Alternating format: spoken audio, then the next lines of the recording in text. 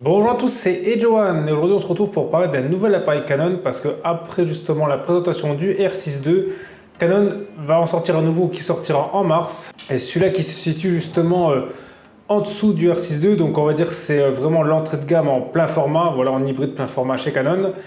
Et son nom c'est le R8, donc à pas confondre avec la voiture de chez Audi. Donc cet appareil photo qui est quand même on va dire dans l'entrée de gamme dans la mesure où en dessous c'est de la PSC. Il coûtera quand même sans objectif 1800 € et avec objectif 2000 €. Donc ça veut dire que cet appareil en termes de prix, il se place au niveau d'un S5. Et donc on va voir ensemble justement qu'est-ce que cet appareil vaut justement comparé à la concurrence et comparé au R6 II et est-ce qu'il vaut le coup d'être acheté ou est-ce qu'on peut trouver mieux à ce prix-là. Donc en design, il ne change pas trop à part juste qu'ils ont retiré le joystick qu'il y a sur le R6.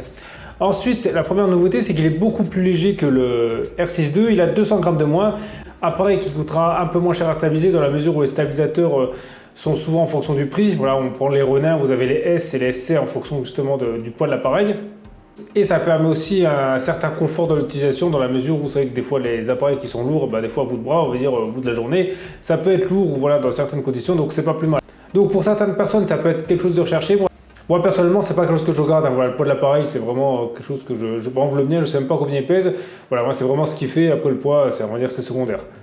Et si justement il est plus léger, c'est parce que Canon a une superbe idée, c'est de retirer justement la stabilisation mécanique. Et en faisant ça, Canon devient le premier constructeur à offrir un hybride plein format sans stabilisation justement du capteur, donc c'est les seuls qui font ça.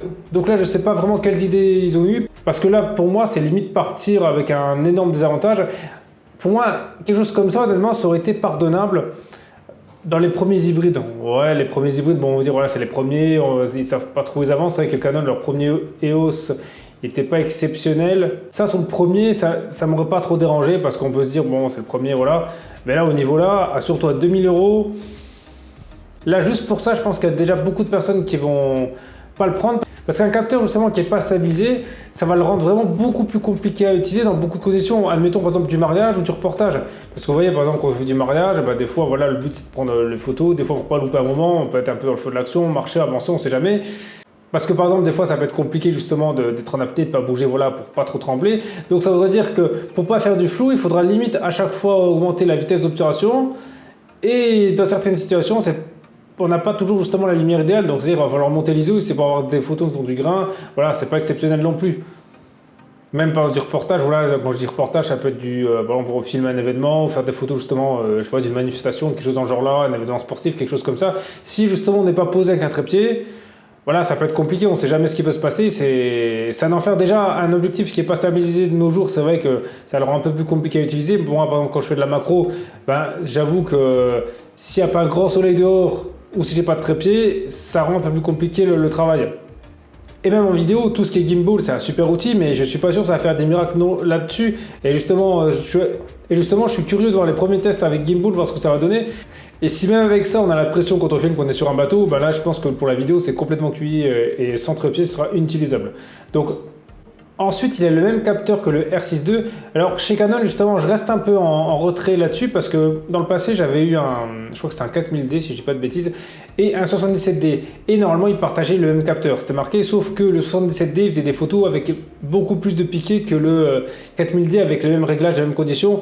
Donc, même capteur, ok, mais après, il faut voir le traitement logiciel derrière parce que quand je vais vous dévoiler d'autres caractéristiques de l'appareil, c'est vrai que ce serait pas impossible qu'il y en a un qui fonctionne mieux que l'autre. Alors je dis pas que ça va être le cas, mais sous réserve. Ensuite, il garde la même capacité d'autofocus que le R6 II, donc c'est-à-dire avec la détection des yeux des animaux, par exemple des chevaux.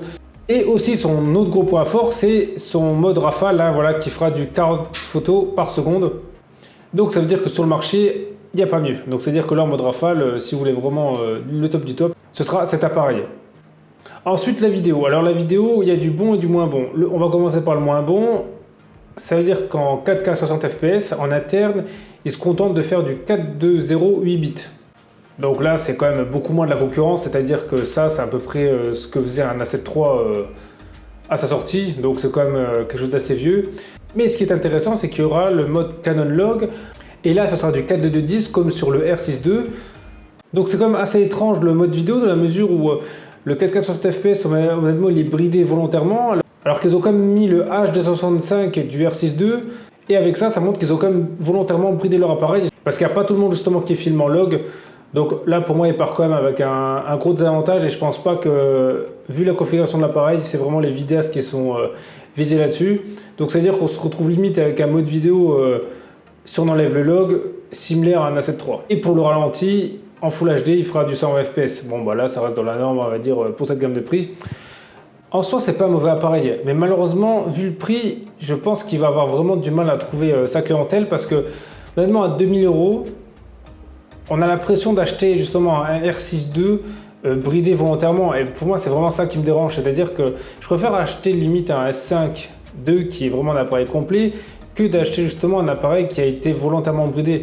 En plus, justement, sans stabilisation du capteur, ça va le rendre compliqué à utiliser dans beaucoup de situations. Donc ça veut dire, pour moi, cet appareil, il peut être vraiment utile à une seule type de clientèle, c'est les gens qui veulent vraiment voilà, les 40 images par seconde en rafale. Voilà, si vous voulez vraiment cette caractéristique-là, bah là je comprends, prenez cet appareil, parce qu'on prend par exemple l'équivalent à S5 et il est qu'à 10 images par seconde. Donc là c'est sûr qu'il y a un univers énorme entre les deux.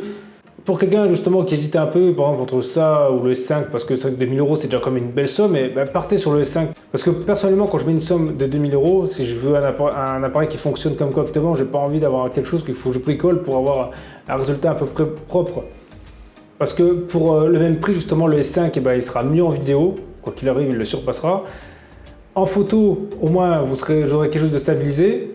En photo, il sera plus simple à utiliser parce que vous aurez aussi le capteur stabilisé. Donc, ça veut dire pas besoin d'avoir toujours des conditions optimales de lumière pour pouvoir l'utiliser. Ou alors, il y a aussi l'utiliser en studio. Voilà, c'est sûr que sur un trépied, là, il n'y aura pas de problème parce que pas besoin d'avoir un capteur stabilisé. L'éclairage, on l'a comme on veut, mais bon, est-ce que c'est vraiment le meilleur appareil pour faire du studio? Ouais, je sais pas, je pense qu'il y a peut-être moyen de trouver autre chose, admettons un A7R III d'occasion, voilà, vu qu'il y a plus de pixels et qui est plus orienté photo. Donc c'est pour ça que je pense que Canon, ils auraient limite dû ne pas faire cet appareil. Parce que, à part pour les gens, à mon avis, qui vont faire de la photographie animalière ou sportive, donc ça veut dire avec un trépied et puis des gros zooms, donc là, finalement, ils n'ont pas besoin d'avoir quelque chose de stabilisé. Eh ben, je pense qu'ils auront du mal à trouver la clientèle parce que c'est vrai que c'est comme une gamme de prix à 2000 € où il y a quand même beaucoup d'offres de la concurrence. Et c'est pour ça que je pense qu'ils auraient limite dû en faire encore peut-être moins cher cet appareil et vraiment mettre en avant le mode rafale, hein, vraiment faire un appareil type et vraiment sport. Comme ça aurait pu, on va dire, le rendre un peu plus accessible pour la plupart des gens qui veulent faire que ce type de photo, au lieu, on va dire, de faire un appareil, pour moi, à moitié fini. Donc voilà, après vous justement, dites-moi dans les commentaires ce que vous pensez de cet appareil, si vous êtes intéressé, si vous voulez trouver d'autres qualités que je n'ai pas citées, ou si vous n'êtes pas d'accord avec moi sur certaines choses. Et sinon, merci à tous d'avoir regardé cette vidéo, c'était Edge One, on se retrouve très vite pour une prochaine vidéo.